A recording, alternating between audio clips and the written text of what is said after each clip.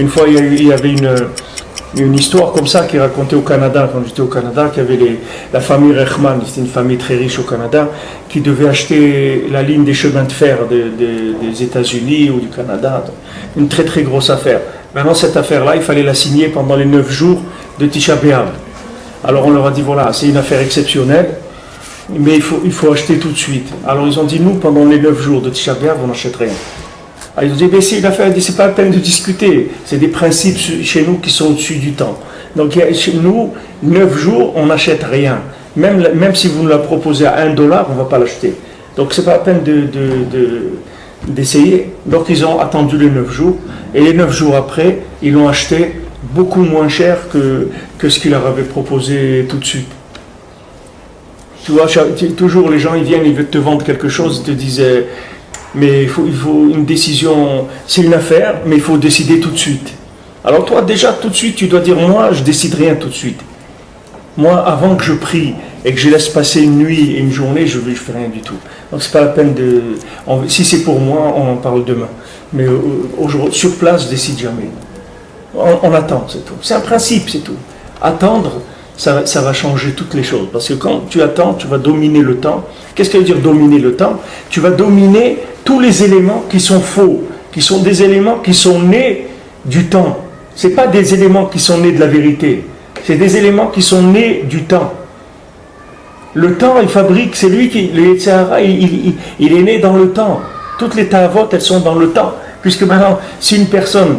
elle pouvait avoir la conscience qu'elle va avoir quand elle va être dans son trou, dans la tombe, il n'y aura pas de ta'avot, il ne va pas avoir des ta'avot. Il ne va pas courir ni l'argent, ni les femmes, ni le manger, ni rien du tout, ça ne va pas l'intéresser. Qu'est-ce qu'il fait maintenant qu'il a ces ta'avot-là? C'est qu'il n'arrive pas à être connecté avec ce qui va se passer avec lui dans quelque temps. C'est pas quelque chose, ça peut être dans 10 ans, dans 20 ans, dans 50 ans, mais ça vient. C'est un moment qui est inéluctable, personne ne peut échapper à ça. Donc c'est là où il va se trouver. Son corps et tout, c'est là la tachana, la tachana sophite, là où tout le monde descend, c'est là-bas. Donc s'il arrive à avoir conscience de ce moment-là, il n'a aucun problème. Il vit dans un autre monde. Tu le vois passer à côté de toi, mais il n'est pas là. Il n'est pas dans le temps, dans le même temps que toi, il vit dans un autre temps. C'est ce qu'elle donne, l'attente, elle fait sortir des contingences du temps. Si tu sais attendre, tu vas voir que tous les désirs ils vont disparaître. Parce que le désir de quelque chose, le plaisir, il vient que du temps. La notion de plaisir, c'est une notion de temps. Ce n'est pas une notion qui est infinie. Une personne, elle tire un plaisir qui est dans le temps. Elle attend, le plaisir, il va partir. Quelqu'un il a envie d'aller à la plage, il attend, ça va être l'hiver, il ne va plus avoir envie d'aller à la plage. Ce n'est pas quelque chose qui passe le temps, c'est quelque chose qui est dans le temps. Il fait partie des fluctuations du temps. Si tu sais dominer le temps, donc c'est fini.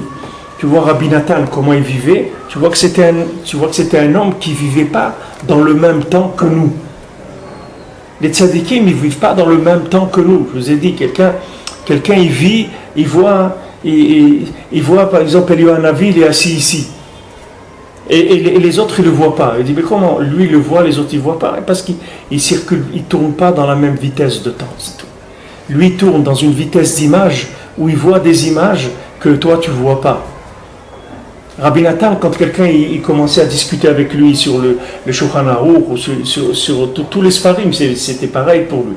Et quelqu'un une fois il a discuté avec lui, il lui a dit mais c'est écrit dans le Taz, dans le Torah Zahav, c'est un des explicateurs, des décisionnaires dans le Shulchan Aruch, qui a vécu bien sûr des siècles avant Rabbi Nathan.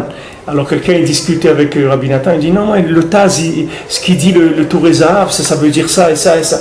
Alors Rabbi Nathan il dit ne discute pas avec moi le Taz je l'ai vu, moi j'ai parlé avec lui. Donc c'est pas la peine que tu discutes avec moi.